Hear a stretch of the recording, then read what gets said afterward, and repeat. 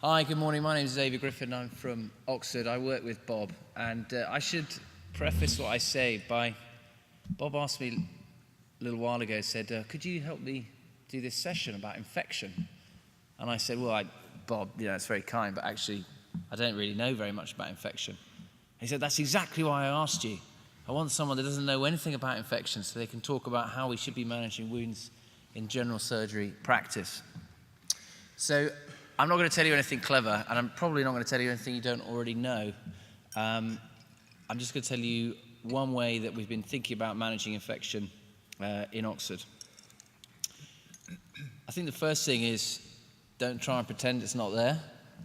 Sticking your head in the sand doesn't help and makes things more complicated in the future. So if you think it's probably infected, it is infected, almost certainly. And the second thing is all the pills and potions in the world aren't going to fix the problem for you. I strongly believe that infection is a surgical complication. It's related to the surgery, and ultimately the solution to it is often surgery with the antibiotics, but antibiotics alone is not going to save you. So I'm going to talk a little bit about the concept of the red wound. Bob talked about the 5 p.m. red wound comes in, and we'll use that as an example. A little bit about some principles to guide early decision-making in the acute infection related to fracture, and how you might structure your help mechanisms and where to go for that help before I hand on the baton to the guys that actually know about infection. So, from a principles point of view, it is worse than it looks. Be aggressive in your decision-making.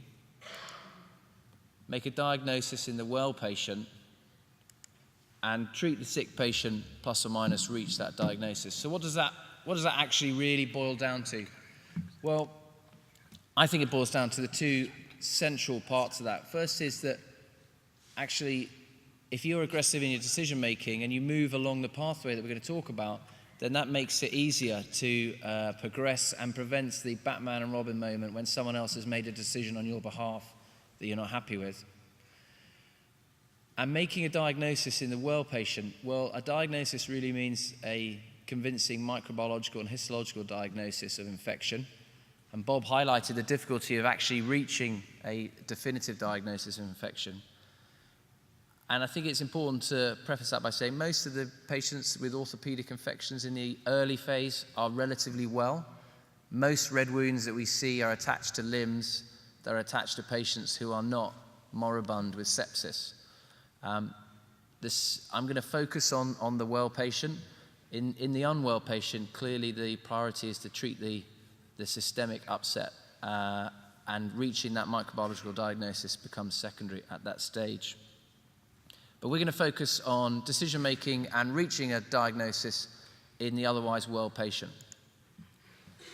So here's that wound that we talked about. This is a red leg on a Friday afternoon when one of those frontline people, the GP or the ENP, the extended nurse practitioner in ED, is now looking after your patient who you operated on last week on your take. So the day 10 red wound well patient. So I think what we can all agree on is that you want to see that patient early. That doesn't necessarily mean you need to see them at midnight on that day, but a fracture clinic and a system that allows your frontline people to make a safe referral of that patient on to you so that you get to see the patient, and that means that you can make the decision about that patient, prevents the situation where one of your juniors or somebody else that's seeing your patient for the first time has to make a decision on your behalf. We all talk about it all the time. Withhold antibiotics in a well patient. Early antibiotics only makes the whole situation more difficult. And what should you do while you're thinking, well, standard inflammatory markers, blood cultures, plain radiographs, and an ultrasound, I think, are simple investigations that we can all organize at short notice in whatever setting in which we work. And that is a sensible instruction that can be standing within your orthopedic departments so that your juniors and your A&E doctors know how to respond to red infections or red wounds early. And then the key decision that you then need to make is operative debridement versus conservative management. And that's going to depend upon a number of things. We talked about the equalizer phenomenon, how you might reach your decision making. And I'm not going to be able to prescribe, or we're not going to be able to prescribe every situation to you. But in order to reach that microbiological diagnosis, you need deep tissue samples. And therefore, operative debridement, in many senses, is the easiest way forwards. So if you're thinking about going to theatre, you need to plan before you arrive in theatre. Don't do this late by yourself, or one of your registrars doing it late by themselves on an evening list.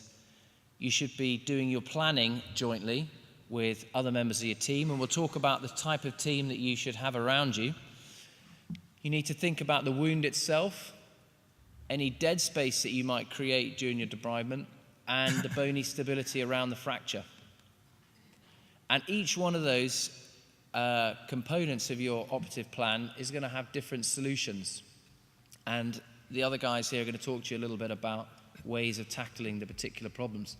But you can see that taking someone to theatre for a wound washout may be more complex than first meets the eye.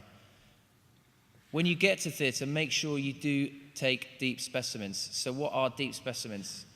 That means 5 microbiological or 5 deep tissue specimens for microbiology and 1 deep tissue specimen for histology.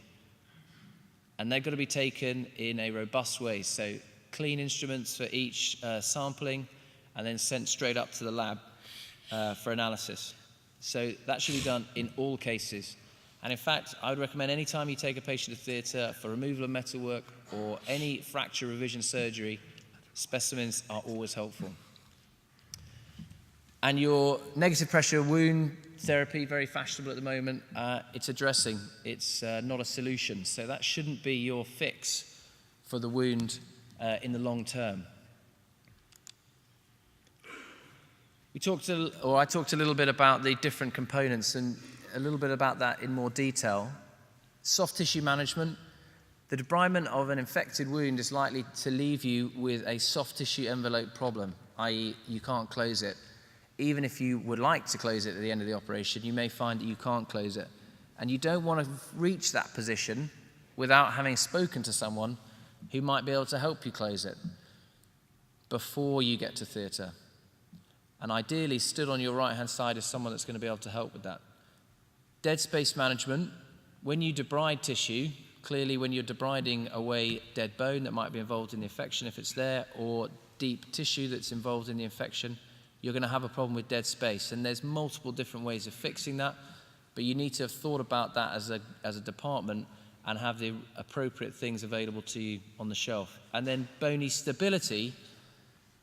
I'm not going to talk about all the different ways that you might approach revision or otherwise of the metalwork, but bony stability is key to healing of infection in the long term.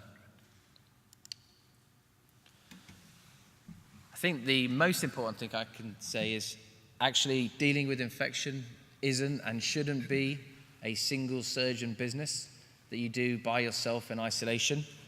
You should have a routine mechanism available to you in the hospital which allows you to get help from your colleagues and from a multidisciplinary group. You know, this is team business. So who is on that team? Well, clearly yourselves.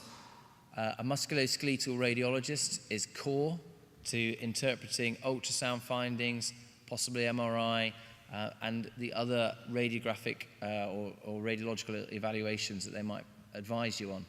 A microbiologist that has an interest in bone infection and soft tissue infection is core.